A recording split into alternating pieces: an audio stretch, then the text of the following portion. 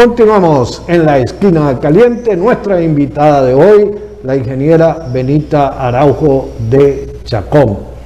Bueno, después que me gradué de ingeniero, que te gradué de ingeniero, y tuve la fabulosa experiencia de entrar a trabajar con tu papá. Tu papá era el alcalde. Era presidente del Consejo Municipal. Del Consejo Municipal. Y lo que hoy es el alcalde. Oye, lo que hoy era el alcalde. Él era el presidente del Consejo Municipal y yo entré a trabajar en Ingeniería Municipal. El director de Obras Públicas era Guido Mercado. Yo trabajaba en el Departamento de Revisión de Proyectos y por supuesto que ahí tuve la oportunidad de hacer muchas cosas. Sin embargo, concursé en la universidad, me gané el concurso, pero me mandaron para arquitectura. Yo concursé en ingeniería y me mandaron para arquitectura. Pero además de eso me propusieron, yo propuse quedarme a tiempo convencional, no a tiempo completo. Entonces yo trabajaba en la universidad, daba clases en arquitectura y trabajaba en la alcaldía. En la alcaldía tuve muchísimas oportunidades y de verdad, yo digo que es una opción de conocer muchas cosas, sobre todo de Mérida. Ahí conocí Mérida, lo que era Mérida. Luego vino el doctor Jesús Rondón Nucete como alcalde y pues había esa diferencia política, usted sabe que se da, y entonces me propusieron que me fuera para el aseo urbano. Es decir, me mandaron al aseo urbano a organizar las rutas, las horas de recolección, es decir, que estaba la oficina del aseo urbano aquí en la 8. Yo me vine, tenía un horario muy cómodo, trabajaba en la noche, es decir, yo trabajaba de 12 de la noche a 3 y 4 de la mañana, porque estaba reestructurando rutas, hacíamos rutas nocturnas, en el día cambiaba el horario y entonces me dieron la oportunidad de estudiar y ahí hice mi primera maestría. Yo tengo una maestría en el manejo de desechos sólidos en el CIDIAL. Hice una maestría de 1 año, me gradué con el doctor Chovanoglos, que creo que fue la última oportunidad que él vino al país a dictar un posgrado y lo hizo en el CIDIAL. Entonces, bueno, cuando terminé el posgrado, el doctor Jesús me pidió que regresara a la alcaldía. Fortunato era el director general de la alcaldía y ahí me quedé un tiempo. Sin embargo, salí embarazada, salí de permiso, qué sé yo, y estuve un poquito de bajo perfil hasta que se eligió el nuevo alcalde, que fue Chicho Herrera. Cuando llegó Chicho Herrera, me pidieron que me incorporara como directora de Obras Públicas Municipales y por supuesto que entré a formar parte de ese equipo con Chicho. Entonces me mandaron igualmente a manejar Termipaca. Termipaca era la empresa que había hecho el terminal de pasajeros y que estaba haciendo en ese momento el proyecto del mercado principal. Estuve en Termipaca hasta que se concluyó el mercado principal, hasta que se puso a funcionar, inclusive me quedé 6 años manejando el mercado, solamente el mercado principal. Yo no sé si tú te acuerdas. Claro, por supuesto. Lo tengo muy presente que cuando se terminó el mercado y tuvimos la tragedia con se incendió el otro mercado, el doctor Casanova era el gobernador, bueno, tu hermano Héctor Alonso era el secretario general del partido, teníamos toda una concepción de buenos amigos, yo creo que ahí estuvimos todos claros. Yo tuve la suerte, que es una de las cosas que debo agradecer a Dios, que todo en la vida ha estado amarrado a algo. Nosotros teníamos una situación muy particular en el mercado por su infraestructura, por su mantenimiento, por eso, y se había decidido hacer una recuperación de todo lo que era electricidad, baños y algunos recintos del pasaje Tatuí y esas cosas. Eso se hizo, la persona inspectora de la obra fue el arquitecto Rafaela de León, la esposa de Caracciolo, y terminamos la obra y ella entregó un informe muy completo, hicimos una revisión y 15 días después se quemó el mercado. Entonces no podíamos entender, todo estaba perfecto, todo estaba en buenas condiciones, se acababa de recuperar el mercado, no lo entendimos, no. Por supuesto que eso fue una connotación política de sabotaje de otro tipo, en el cual, pues, pero había mucho compromiso de la alcaldía, de la gobernación, y entonces me pidieron que me dedicara solamente a Termipaca. Y me acuerdo mucho de ti porque cuando se fueron a asignar los puestos del mercado, pues todo el mundo quería el mejor puesto. Yo quiero aquí, yo quiero acá. Entonces el mercado se sectorizó por áreas, carnicería, mercancía seca, frutas y verduras, todo se fue sectorizando y se hizo una escogencia que no la hizo nadie. Se hizo un bombo, ¿te acuerdas? Sí. Pusimos los nombres de los locales, un sorteo y la gente metía la mano. Usted vendía fruta, usted saque su local. Y el que le tocaba, le tocó. Cosa que fue realmente muy justa, muy honesta, muy clara. A pesar de que en el primer momento hubo un rechazo. Terrible, terrible, porque además el mercado nuevo se había vendido en su totalidad. Por ejemplo, el tercer piso se le había vendido completo a Central Madeirense y la había pagado. Y con eso se había terminado inclusive de hacer el mercado. ¿Cómo le devolvíamos la plata a esa gente? ¿Cómo negociamos? Pero había gente que había comprado, todos los locales estaban vendidos. Entonces esa negociación fue difícil. Yo estuve inclusive secuestrada con la doctora Mireya Zambrano, la Asociación de Comerciantes. Bueno, hubo una cantidad de cosas, pero al final el mercado arrancó. Claro, con muchas dificultades. No había una ruta específica en la ciudad que la gente pudiera llegar al mercado. La gente no iba a ese mercado. Se quedaban muchos perecederos en los fines de semana, la gente no sabía adaptarse y a vivir al mercado. Esos primeros 6 años fueron difíciles. Yo creo que siempre me preguntaba, bueno, yo soy ingeniero y aquí estoy aplicando, yo diría que hasta a magia, porque de verdad era complicado hacerlo. Pero fue una muy grata experiencia, muy rica, en el cual primero conocí mucha gente importante en el mercado, gente que ahora ha hecho dinero, que se hicieron comerciantes prósperos, que después fueron exitosos.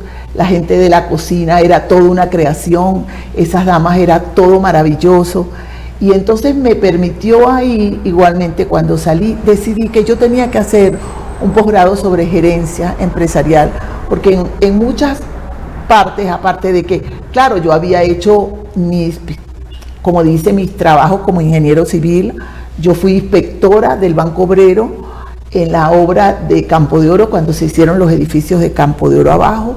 O sea, tenía una experiencia en el área de ingeniería, era profesora de materiales de construcción en la Facultad de Arquitectura y en ingeniería, manejaba los laboratorios. O sea que dentro de mi experiencia como ingeniero había cubierto algunas áreas, pero estaba haciendo más de gerente. Y ahí hice un posgrado entonces de gerencia empresarial, uno con la Universidad de Quebec y otro con el instituto, con la Universidad Fermín Toro.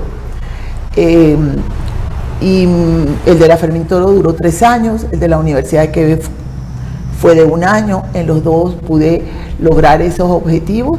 Y bueno, de ahí en adelante, cuando me fui de la alcaldía, me fui del mercado ya a los 6 años, cuando ellos ya estaban formados, crecidos, eran exitosos en algunas áreas y ya funcionaba más o menos el mercado.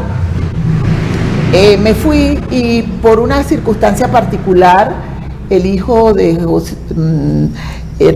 Ramón J. Velázquez, José Rafael Velázquez, que trabajaba en Fondur, me consiguió el día que se inauguró Cadela.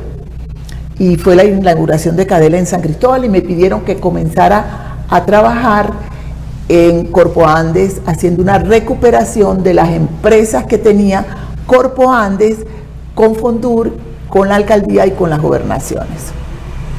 Entonces allí comencé a trabajar haciendo un análisis de esas empresas, haciéndole una propuesta, qué hacer para recuperarlas. Había muchísimas empresas, unas funcionaban, otras estaban abandonadas en muy malas condiciones. Pero ese camino me llevó a ser la gerente de Corpo Andes, primero la gerente de proyectos, luego pasé a ser la gerente general y luego pasé a ser la presidenta de Corpo Andes cuando Ramón J. Velázquez llegó a ser presidente, y comencé yo en el año 93 a ser presidenta de Corpo Andes. Ok, tenemos que ir de nuevo a la publicidad. Hay 2 cargos que fueron muy relevantes y lo siguen siendo, por supuesto. El primero, como presidenta de Corpo Andes, y el segundo, como presidenta de Aguas de Mérida. al regreso de la publicidad, me gustaría conocer, bueno, porque eso es algo fascinante en mi criterio. Vamos a la publicidad y ya regresamos para continuar conociendo detalles de cómo ha sido la vida, de cómo ha sido el desempeño de Benita Araujo de Chacón. Ya regresamos.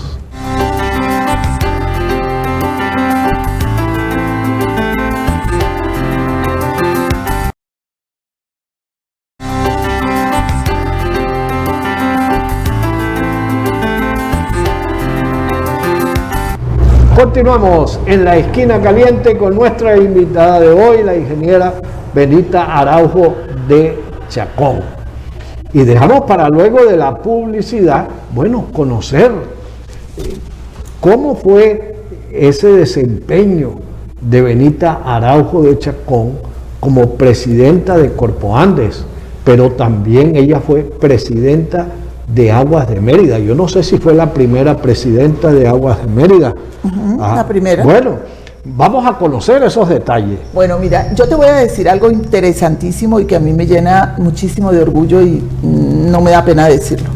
Cuando yo fui presidenta de Corpoandes, nunca ninguna corporación de desarrollo de Venezuela regional había logrado los éxitos que yo logré en 11 meses. Y hubo el cambio de gobierno, recuérdese que se fue Ramón J. y llegó Caldera. Cuando llegó Caldera II. Caldera II. Cuando llegó Caldera II, a mí me llamó el hijo de Caldera y me dijo, mire, porque era el secretario general, era su secretario privado, y me dijo, mi papá ha decidido que usted se queda como presidente de Corpoandes. Esto es una decisión política ya tomada, ya discutida, pero es que el balance suyo es extremadamente bueno, ingeniero. Mire, nunca, jamás en la vida las empresas externas de las corporaciones habían dado tantos resultados. Y yo te puedo enumerar. La Always y Gino, que era la fábrica de vidrios de Valera, nos mandó una cantidad impresionante de dinero. La Tomatera, que era una empresa de Barinas, envió. Y Madelca, que era la empresa maderera del Caparo, mandó un dinero. La zona industrial de La Fría, la zona industrial de Mérida, la zona industrial del Vigía, la zona industrial de la planta procesadora de grasos de Barinas. Es decir, todas las empresas que Corpoandes tenía dieron resultados, porque unas habían estado paralizadas, otras se activaron estando yo, pero ese propósito lo hicimos y empezaron a generar dividendos. Entonces Corpoandes, que todo el tiempo estaba pidiendo plata, llegó el momento en que decía, no, nosotros vamos a cubrir estas instancias y tenemos este dinero. Lo que necesitamos es la aprobación del directorio y la aprobación de esto. Entonces el presidente Caldera me llamó, yo fui a una reunión, pero usted sabe, Tuto, que a veces en política uno tiene posiciones que dice, no puedo, vamos a hacerlo. Ok, acordamos que lo hacíamos, pero en el primer mes tuve 2 encontronazos con su hijo. Andrés Caldera, con Andrés que era el secretario general de la presidencia. De la presidencia. Y yo dependía de él. Entonces, esos 2 encontronazos me llevaron a la conclusión de que no formaba parte del equipo. Y yo un día fui y les dije, mire, discúlpenme, pero yo me voy. Yo les entrego el coroto. Ahí está, en óptimas condiciones, funcionando todas las empresas, todo perfecto, todo claro, con grandísimos problemas, porque yo estuve en Barinas casi que secuestrada por el gobernador, que era Deco, y que había tenido un problema terrible con la empresa maderera del Caparo. ¿Quién era? ¿Rosales Peña? Rosales Peña. Entonces, con todo y eso, todo estaba en la mesa. Y yo dije, bueno, yo me voy, y eso quedó muy bien, y yo hice mi informe. Yo entregué con un informe de gestión de María Antonia Altuve y todo quedó bien.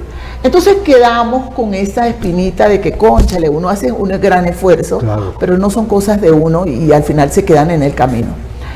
Pero eso me llevó a que me invitaran a participar en un proyecto que se llamaba Modernización del Sector Agua Potable y Saneamiento para Latinoamérica.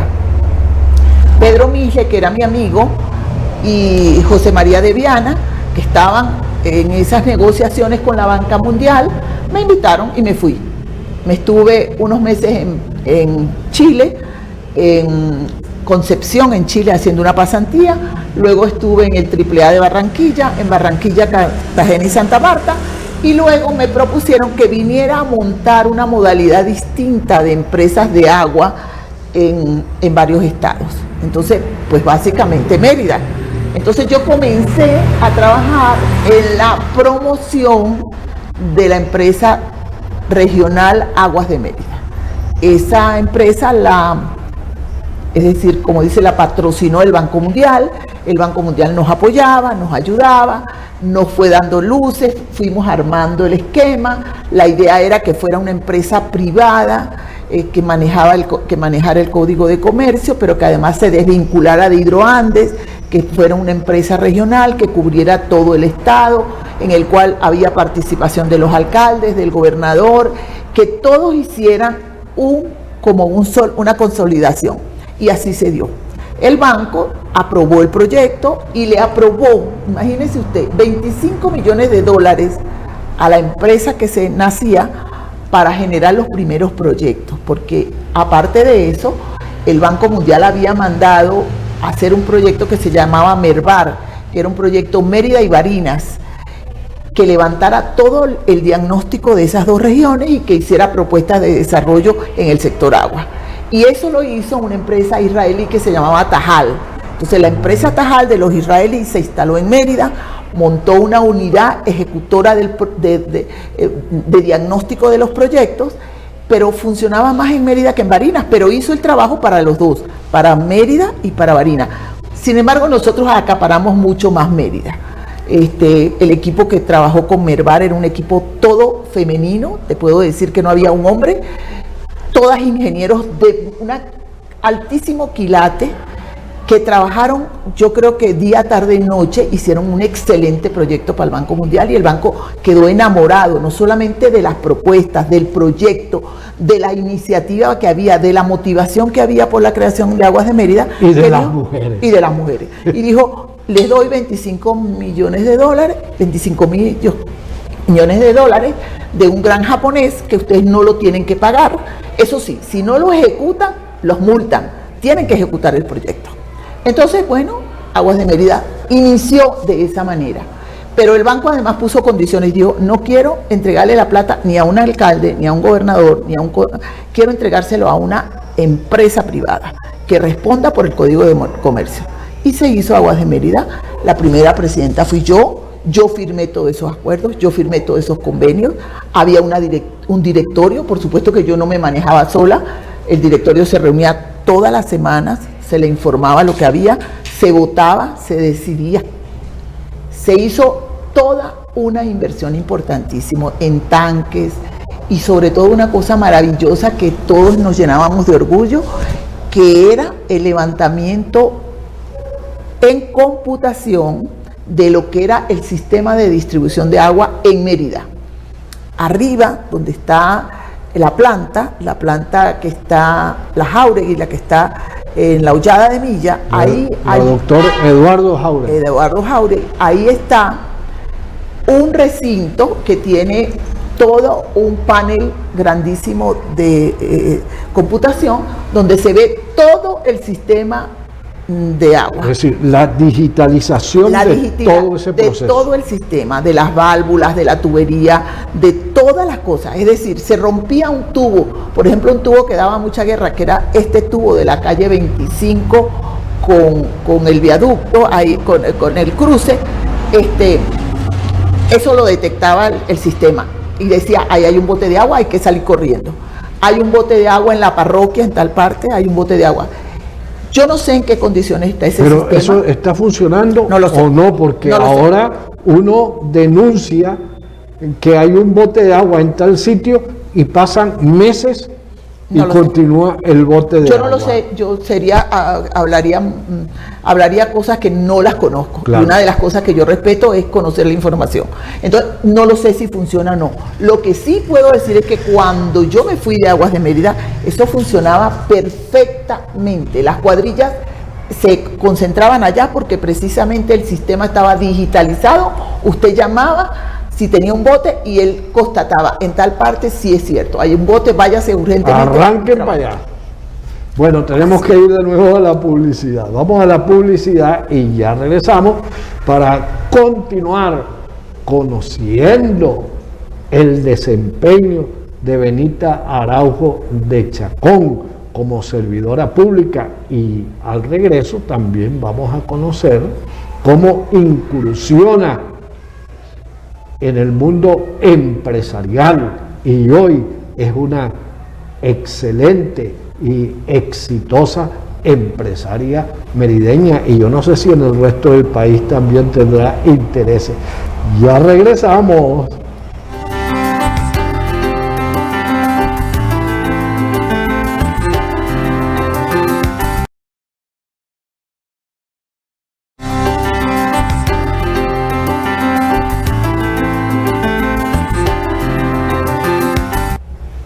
Continuamos en la esquina caliente. Nuestra invitada de hoy, la ingeniera Benita Araujo de Chacón.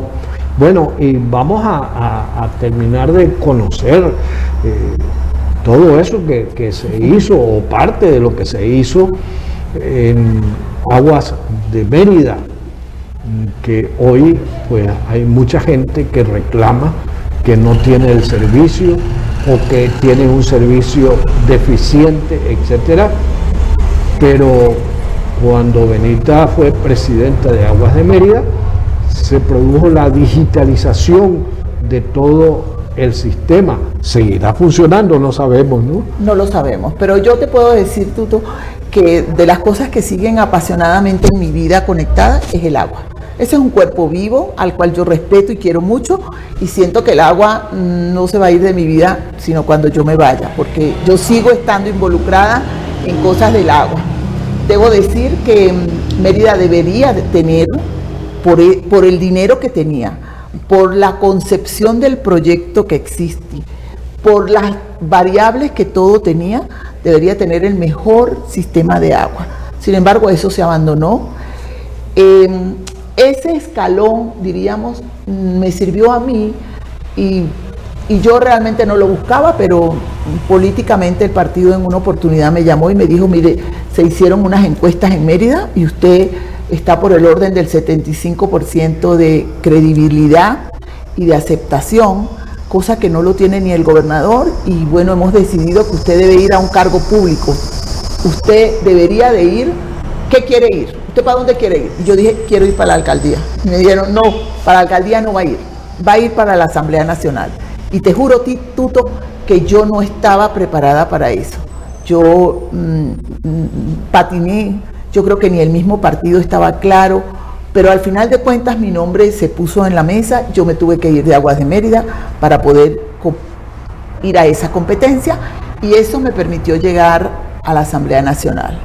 Bueno, en el primer año, en el 2001, yo logré que se aprobara la Ley del Servicio de Agua Potable y Saneamiento para Venezuela. Es decir, la promocioné yo, la incentivé, la busqué, la recorrí el país con el problema del agua, y se hizo una que recuerdo que una diputada muy querida y muy amiga me dijo una vez: lo que pasa, Benita, es que tú sueñas con ese proyecto de agua para una Venezuela óptima, y la Venezuela que tenemos no va a lograr colocar nunca esa ley. Esa ley está vigente, esa ley existe, se hizo después el reglamento. Pero de los trabajos que hice en la asamblea puntuales fueron eso: la ley del servicio, la ley del manejo integral de desastres, yo estuve participando en ella, y la ley de puertos y aeropuertos. Esas fueron 3 leyes en las cuales yo, como diputada, puedo decir que trabajé muchísimas horas, hombre, porque una cosa es lo que la gente ve, que la televisión, que lo que hace uno, y otra es lo que usted hace con un asistente, con un recorrido, con una inspección. Entonces, bueno, pues eso me sirvió para estar allí.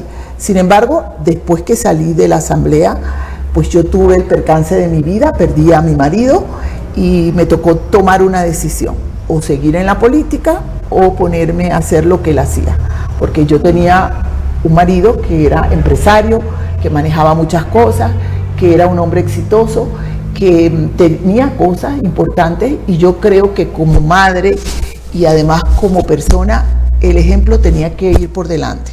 Yo tenía que hacerme cargo de esas cosas, porque mis hijos todavía, Gabriela se acababa de graduar de abogado, Marcelo estudiaba ingeniería, pero ese era el patrimonio y eso era lo que teníamos. Y ahí nos dedicamos realmente a darle duro, tan duro que yo recuerdo que en una oportunidad tuve que ir a hacer un curso de fibra óptica, porque mi marido manejaba la fibra óptica muy bien, pero yo cuando me gradué de ingeniero no existía la fibra óptica. Entonces tuve que ir a hacer un curso para entenderlo, para discutirlo, para hablarlo, para estar clara de lo que yo ¿Actualizarse? hacía. Actualizarme en fibra óptica, porque eso era lo que hacíamos, fibra óptica. Sin embargo, hacíamos muchas cosas con CanTV, y terminamos, yo creo que el último trabajo grande que terminamos fue con el teleférico. No estuvimos nunca en el consorcio de altura, pero estuvimos como una empresa apoyando a la empresa suiza, es decir, la Doppelmayr quería una empresa que le hiciera cosas que no estaban contratadas, que si esto, que si el otro, y terminamos haciendo eso, una maravillosa experiencia. Después incursioné un poco en el área de comercio, no tanto por mí, sino por mi hija, porque mi hija había hecho un curso de chef, le gustan las cosas, a mí también me gusta, pero incursionamos en las panaderías. Eso ha sido un trabajo duro, y puedo decir que cada día es más duro. De hecho, yo cerré hace 2 años la panadería del Tochama, que con el sacrificio más grande de mi vida, porque me tocó vender una cosa en San Cristóbal para hacer esa panadería, y debo decir que cada vez que paso por ahí se me parte el corazón, pero bueno, me tenía que ir porque realmente hay cosas que no terminan de, como dicen, de engranar, y después mi salud estaba terriblemente resentida. Yo debo decirte, Tuto, que estoy muy agradecida todos los días al Señor por la familia que me dio, por la vida que me ha dado, por las cosas que he adquirido, por las cosas que siento, y sobre todo manejo una cosa importante. Yo lo único que no negocio y lo único con lo que no juego es con el prestigio. Yo lo único que pierdo es prestigio y lo único que gano es prestigio. Yo siempre lo digo así, los cobres de alguna manera uno se los gana haciendo una cosa, haciendo otra, y bendito sea Dios, mientras que uno tenga salud lo resuelve. Pero eso sí me cuido muchísimo. Tengo 10 años en el club. Debo decir que yo durante 10 años fui la presidenta prácticamente del Mérida Country Club, porque estuve 4 de tesorera, 6 de presidenta y sigo estando ahora como vicepresidenta. Esa es una asociación civil sin fines de lucro, donde hay que manejar muchas cosas con un criterio de austeridad, con un criterio de seriedad, de formalidad, y sobre todo porque usted está trabajando con una cosa que es un lujo, que es una cosa que usted la disfruta, que no es un artículo de primera necesidad, pero que usted aspira que no se pierda, que no se desmejore, que usted lo tenga para su uso. Entonces hay que ser bien delicado, bien comedido, bien austero, bien mago, porque además se fija la cuota los primeros días del mes y usted tiene que llegar hasta final de mes con ese dinero. Y a Dios gracias, y eso me ha permitido tener, pues, como dicen, la actividad diaria. Yo sigo haciendo cosas, estoy trabajando, sigo dando clases, sigo apoyando cosas que me interesan. Entonces, bueno, sigo haciendo vida, yo creo que es vida. Ahora, presidir una institución como el Mérida Country Club requiere de unas condiciones muy especiales para aplicar la disciplina, que se requiere muchísimo. Claro, pero es que ahí hay que tener disciplina, constancia, dedicación, magia. Yo lo digo todos los días, aquí somos vagos, porque es complicado, y más aún cuando usted tiene un grupo de personas que todas son distintas, que nos ha afectado tantísimo la pandemia, porque yo creo que el daño de la pandemia no fue el daño de salud que nos hizo, sino el daño psicológico que todavía arrastramos. El club estuvo muy afectado con la pandemia, porque imagínate tú, una piscina que cuesta muchísima plata mantenerla, si usted no la oxigena, si usted no pone a la gente a nadar y a moverla, tiene que echarle más químicos, y para mantenerla bien, pues hay que meterle químicos. Entonces, cerrados, sin poder entrar la gente, a mí eso me angustiaba. Menos mal que al final llegamos los 4 clubes que estamos en Mérida, el Ítalo, el Demócrata, la gente de abajo de Lagunillas y nosotros, hablar con el gobernador y a pedirle que por favor nos permitiera entrar al general, que trabajáramos en un horario especial, pero que le diéramos vida a eso, porque se nos estaban cayendo las instalaciones por la falta de la gente, por usted sabe. Entonces ha sido, pues, bueno, una vida y como dice, y 2 mandados. Realmente es una vida que la gente la conoce. Una vida y 2 mandados es una película. Que así es. De Alexis Montilla. Que la gente sabe quién soy, que la gente me ubica. ¿Qué te puedo decir? Yo como mujer, una de la concepción que doy y de las cosas que predico es que las mujeres tenemos que ser primero que nada auténticas. O sea, usted no póngase a simular o adapte posiciones que no son. Usted tiene que ser auténtica. En segundo lugar, usted tiene que manejar información, hasta en su casa. Si usted sabe qué le gusta a su marido, si usted sabe qué comen sus hijos, si usted sabe cómo andan las cosas de su casa, usted maneja poder. Entonces, el que maneja información, maneja poder. Después tiene que haber una grandísima capacidad de servicio. Es decir, yo tengo que entender que yo soy una dama, pero que además mi concepción de vida fue hecha para tener una concepción de servicio. Y después, pues, prepararse a ser gerente. Disciplina, constancia, dedicación, orden, todas las demás puntualidad, todas las demás cosas que conllevan a que se pueda construir una vida buena. Ya se nos terminó el tiempo, pero yo no puedo dejar que Benita se vaya sin hacerle la siguiente pregunta. Benita, ¿te gustaría ser gobernadora de Mérida? Pues ¿sí o no? No, Tuto, creo que no. Yo sigo creyendo que yo soy una servidora pública y que en cualquier parte que la gente que yo pueda hacer, voy a servir. Bueno, esa no es mi meta. Ya lo ha dicho todo, si la gente quiere, así es. Bueno, hemos llegado al final del programa. Agradecemos muchísimo a Benita Araujo de Chacón por haber estado hoy aquí en la Esquina Caliente, que fue una presentación de Campo Rico. Campo Rico es la marca de Puragua Express, el mejor seguro para tu salud y la de tu familia, en el Centro Comercial Alto Chama, al lado donde venden las tisanas. Y agradecemos a la gente de Con Estilo y Algo Más, alquiler y venta de trajes para caballeros y niños en el Centro Comercial Alto Prado. Hemos llegado al final del programa. A ustedes gracias por la audiencia. De nuevo nos encontraremos en la Esquina Caliente el próximo jueves a las 10 de la noche. Y recuerden que también pueden ver este programa en nuestro canal de YouTube, La Esquina Caliente con Tuto López. Será hasta la próxima semana.